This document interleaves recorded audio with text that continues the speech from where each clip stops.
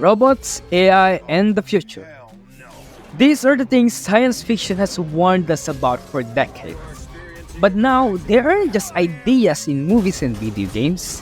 Artificial intelligence is part of our everyday lives, from your smartphone assistant to self-driving cars. But could robots one day dominate the world and make decisions for us? Today, we'll explore the science behind AI domination and how it could shape our future. Would it be the end of the world for us?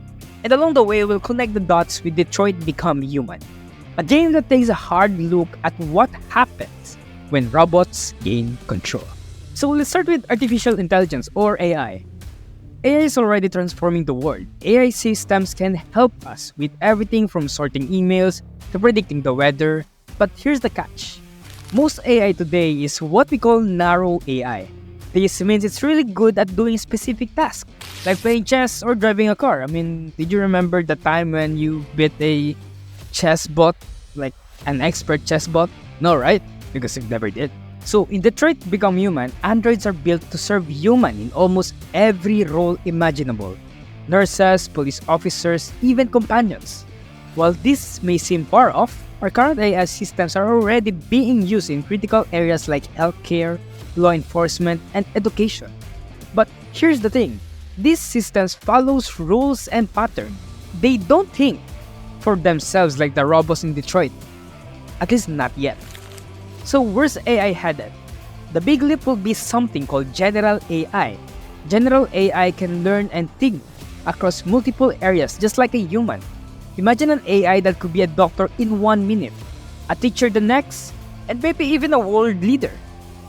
I don't know if you've heard about it, but in the AI world, that's why everyone's looking forward when someone is going to make a general artificial intelligence. This is the point where AI could start making its own decision.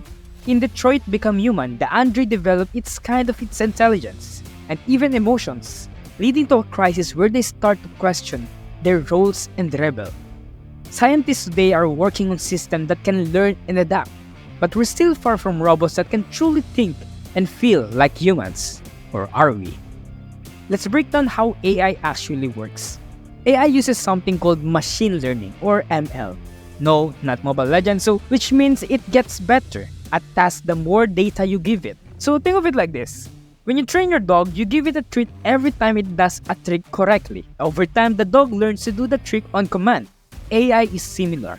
The more it practices on data, the smarter it gets. In Detroit Become Human, androids are constantly learning their environments and interaction with humans. This mirrors real-world AI, but here's where it gets interesting. The AI we have today can only perform tasks it's programmed for, like identifying objects, images, or beating you at a video game. What it can do is think creatively or understand emotions the way humans do.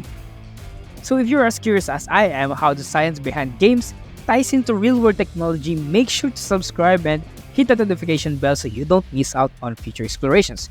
And also that helps us a lot, so really, thank you. So, going back, let's talk about the big question. Could robots actually take over the world? The truth is, it's possible, but not in the way you might think. In Detroit Become Human, the androids gain consciousness and start a rebellion, demanding equal rights with humans. While that makes for an exciting game, real-world AI is more likely to take over in subtler, less dramatic ways. One of the biggest risks is control. Right now, we use AI to make decisions in areas like finance, healthcare, and even military explorations or operation. But if AI becomes too powerful, we could lose control over these systems. For example, imagine a self-driving car that decides the fastest route but doesn't consider pedestrian safety. Or worse, imagine military drones making decisions in combat without human oversight. Now that's scary. Just like in Detroit, where robots start acting on their own, our future AI could one day make decisions without consulting us first. And while the idea of robot uprising might sound far-fetched, losing control of AI systems in critical areas is a very real risk. So speaking of the future of AI and robotics, let's talk about one of the most recent advancements that's turning heads: Tesla's humanoid robots, Optimus. Released by Elon Musk, this robot is designed to handle repetitive tasks like lifting heavy objects, working in factories, and even assisting with the household chores. It's being marketed as a friendly assistant that can help make life easier for humans. But while Optimus looks promising, it also raises questions about how far we are from robots becoming a normal part of everyday life. Much like the androids in Detroit Become Human, Optimus is designed to function alongside humans, doing jobs that are either too dangerous or too mundane for us. Musk himself has said that Optimus could change the way we live and work, reducing the needs for human labor in certain industries. That means, of course, there will be an effect on our economy. Because, of course, human jobs is necessary for our economy. But that doesn't mean, of course, that there will be no new jobs. We just have to keep on innovating and keep learning new skills.